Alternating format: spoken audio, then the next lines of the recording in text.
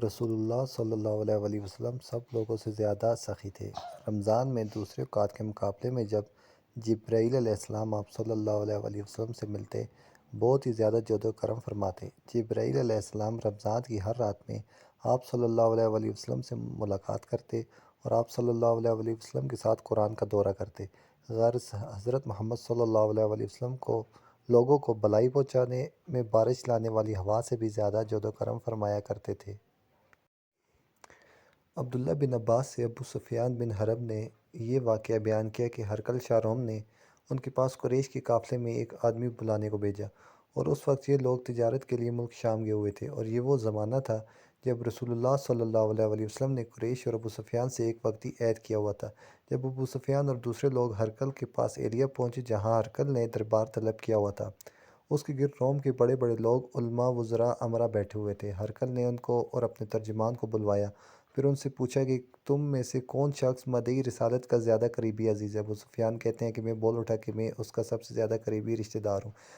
یہ سن کر ہرقل نے حکم دیا کہ اس کو یعنی ابو سفیان کو میرے قریب لا کر بٹھاؤ اور اس کے ساتھیوں کو اس کی پیٹھ کے پیچھے بٹھا دو۔ پھر اپنے ترجمان سے کہا کہ ان لوگوں سے کہہ دو کہ میں ابو سفیان سے اس شخص کے یعنی محمد صلی اللہ علیہ وسلم کے حالات پوچھتا ہوں۔ اگر یہ مجھ سے کسی بات میں جھوٹ بول دے تو تم اس کا جھوٹ ظاہر کر دینا۔ ابو سفیان کا قول ہے کہ خدا کی قسم اگر مجھے غیرت نہ آتی کہ یہ لوگ مجھ کو جھٹلائیں گے تو میں آپ صلی اللہ علیہ وسلم کی نسبت ضرور غلط گوئی سے کام لیتا۔ خیر، پہلی بات جو ہرقل نے مجھ سے پوچھی وہ یہ کہ اس شخص کا خاندان تم لوگوں میں کیسا ہے؟ میں نے کہا وہ تو بڑے اونچے عالی نسب والے ہیں۔ کہنے لگا اس سے پہلے بھی کسی نے تم لوگوں میں سے ایسی بات کہی تھی؟ میں نے کہا نہیں۔ کہنے لگا اچھا تو اس کے بڑوں میں کوئی بادشاہ ہوئے ہے؟ میں نے کہا نہیں۔ پھر اس نے کہا بڑے لوگوں نے اس کی پیروی اختیار کی ہے یا کمزوروں نے؟ میں نے کہا نہیں، کمزوروں نے۔ پھر کہنے لگا اس کے تابعدار روز بڑھتے جاتے ہیں یا کوئی ساتھی پھر بھی جاتا ہے؟ میں نے کہا نہیں۔ کہنے لگا کہ کیا آپ نے اس دعویٰ نبوت سے پہلے بھی کبھی کسی بھی موقع پر اس نے جھوٹ بولا ہے؟ میں نے کہا نہیں، اور اب ہماری اس سے صلح کی ایک مقررہ مدت ٹھہری ہوئی ہے، معلوم نہیں وہ اس میں کیا کرنے والا ہے۔ ابو سفیان کہتے ہیں میں اس بات کے سوا اور کوئی جھوٹ اس گفتگو میں شامل نہ کر سکا۔ ہرقل نے کہا کیا تمہاری اس سے کبھی لڑائی بھی ہوتی ہے؟ ہم نے کہا ہاں۔ پھر بولا پھر تمہاری اور اس کی جنگ کا کیا حال ہوتا ہے؟ میں نے کہا لڑائی ڈول کی طرح ہے، کبھی وہ ہم سے میدان جنگ جیت لیتے ہیں اور کبھی ہم ان سے جیت لیتے ہیں۔ ہرقل نے پوچھا وہ تمہیں کس بات کا حکم دیتا ہے؟ میں نے کہا وہ کہتا ہے کہ صرف ایک اللہ ہی کی عبادت کرو، اس کا کسی کو شریک نہ بناؤ، اپنے باپ دادا کی شرک کی باتیں چھوڑ دو، اور اب ہمیں نماز پڑھنے، سچ بولنے، پرہیزگاری اور صلہ رحمی کا حکم دیتا ہے۔ یہ سب سن کر پھر ہرقل نے اپنے ترجمان سے کہا ابو سفیان سے کہہ دے کہ میں نے تم سے اس کا نسب پوچھا تو تم نے کہا کہ وہ ہم میں سے عالی نسب ہے، اور پیغمبر اپنی قوم میں عالی نسب ہی بھیجے جایا کرتے ہیں۔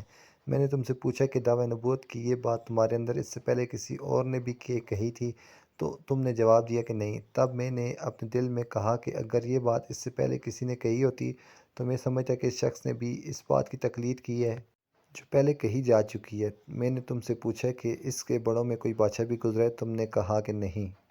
تو میں نے دل میں کہا کہ ان کے بزرگوں میں سے کوئی بادشاہ ہوا ہوگا تو کہہ دوں گا کہ وہ شخص اس بہانہ اپنے آباء و اجداد کی بادشاہت اور ان کا ملک دوبارہ حاصل کرنا چاہتا ہے۔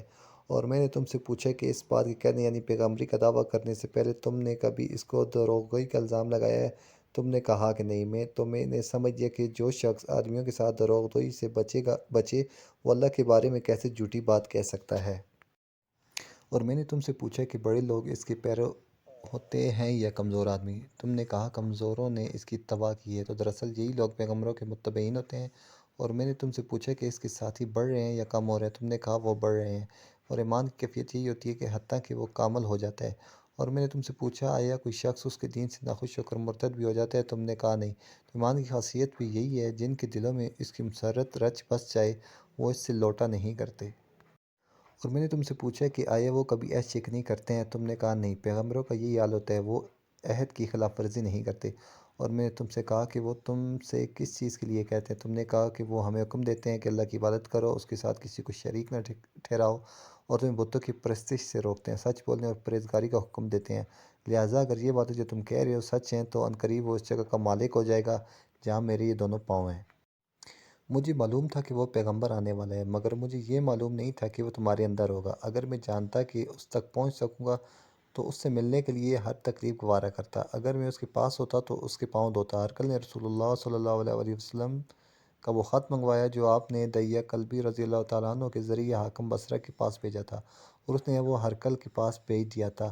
پھر اس کو پڑھا تو اس میں لکھا تھا: اللہ کے نام سے جو نہایت مہربان اور رحم والا ہے۔ اللہ کے بندے اور اس کے پیغمبر محمد صلی اللہ علیہ وسلم کی طرف سے یہ خط ہے شاہ روم کے لیے۔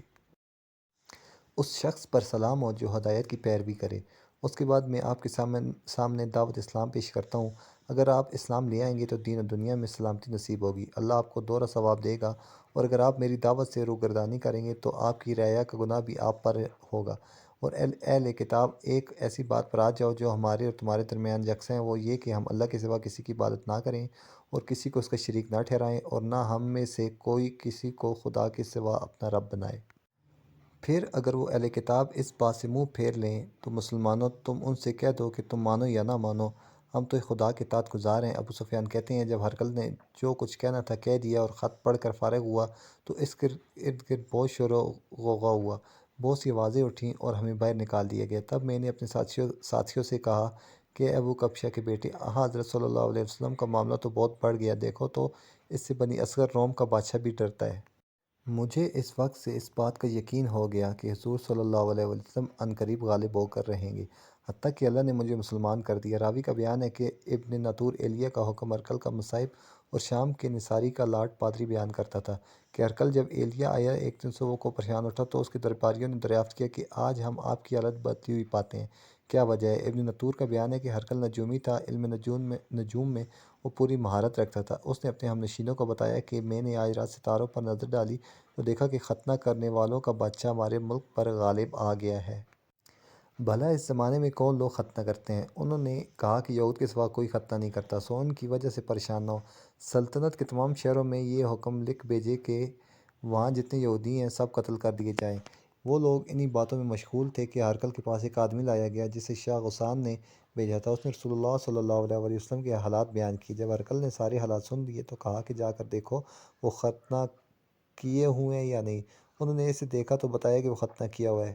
ہرقل نے جب اس شخص سے عرب کے بارے میں پوچھا تو پھر اس نے بتایا کہ وہ ختنہ کرتے ہیں۔ پھر ہرقل نے کہا کہ یہ ہی محمد صلی اللہ علیہ وسلم اس امت کے بادشاہ ہیں جو پیدا ہو چکے ہیں۔ پھر اس نے اپنے ایک دوست کو رومیہ خط لکھا اور وہ بھی علم نجوم میں ہرقل کی طرح ماہر تھا۔ پھر وہاں سے ہرقل حمص چلا گیا اور ابھی حمص سے نکلا نہیں تھا کہ اس کے دوست کا خط اس کے جواب میں آ گیا۔ اس کی رائے بھی حضور صلی اللہ علیہ وسلم کے ظہور کے بارے میں ہرقل کے موافق تھی کہ محمد صلی اللہ علیہ وسلم واقعی پیغمبر ہیں۔ اس کے بعد ہرقل نے روم کے بڑے آدمیوں کو اپنے حمص کے محل میں طلب کیا۔ اس کے حکم سے محل کے دروازے بند کر دیے گئے۔ پھر وہ اپنے خاص محل سے باہر آیا اور کہا: اے روم والو، کیا ہدایت اور کامیابی میں کچھ حصہ تمہارے لیے بھی ہے؟